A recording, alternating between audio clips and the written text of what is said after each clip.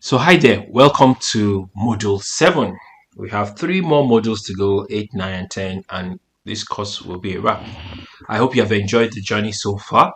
It's very important that if you are just seeing our videos for the first time and you're a beginner, you just start from the very first module. I'm telling you, we have built up uh, so much logic and thought into this, so you may miss out if you start just here. So please don't forget to subscribe, share with your friends the things you are learning, and if anybody has difficulty in understanding the fundamentals of Stata, please just share this free course with them. It's absolutely free. And if you really have found value in the video so far, don't forget to subscribe. Don't forget to share widely among your friends, among anybody you think will need it. I'm not really saying just share it for sharing's sake. Share it with people you think may need it. So anybody looking for a job and probably wants to put in the knowledge of Stata in their CV, this may just be a good opportunity. So whatever, just let me know in the comments too if you have questions, if there's something we need to do, if there's something we overlooked. But we have said it's a complete beginner course. So we have intermediate courses, we have advanced courses. So at the end of this journey, you will decide if you are ready for it, and then we'll talk about it then. Okay, without wasting much time, let's move on to the issues of today. We are looking straight at module 7, and there are about 7 lessons in module 7.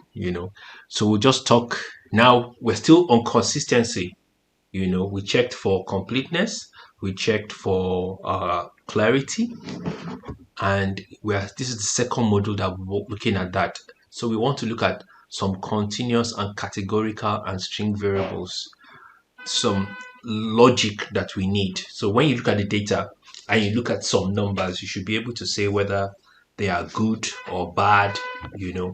And that's what we want to use this opportunity to do.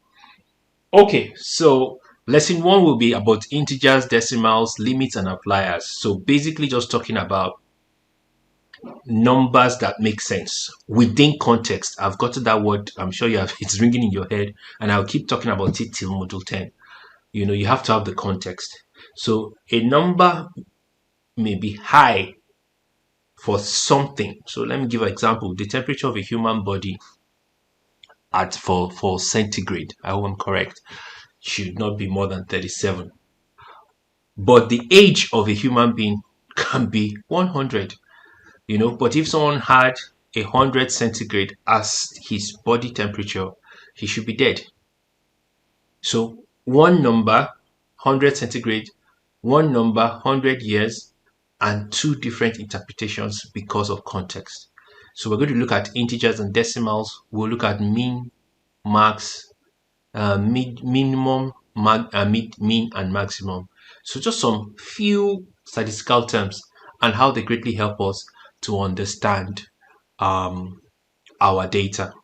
So don't be scared. I know you're hearing statistical terms, but we'll try to make it so simple to understand because we build on this.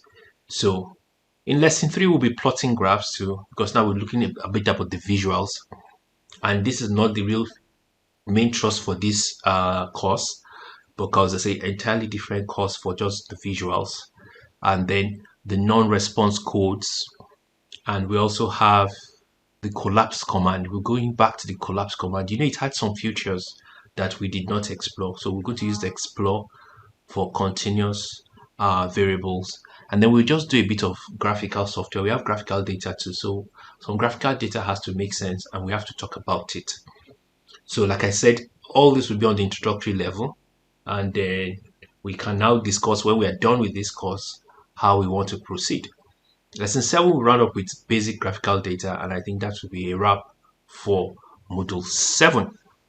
So some of these things will be theories, but we'll just put them into the final practicals. So we want to have a different section where we have a lot of work, where we test all the understanding of everything we have learned for every module, and we stretch your imagination and make it a bit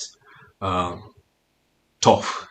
so that you can see honestly. The goal is by the end of all these modules, you are able to do um you're able to look at data and not be afraid. At least you have a good starting point to understand it and approach it in a way that you will not be scared. I forgot to mention non-response codes in lesson 4, so we're going to do that too, and then I'll explain when we get there. Okay, I'll see you in the next video, and um, we will go deeper than we have ever gone. Thank you so much.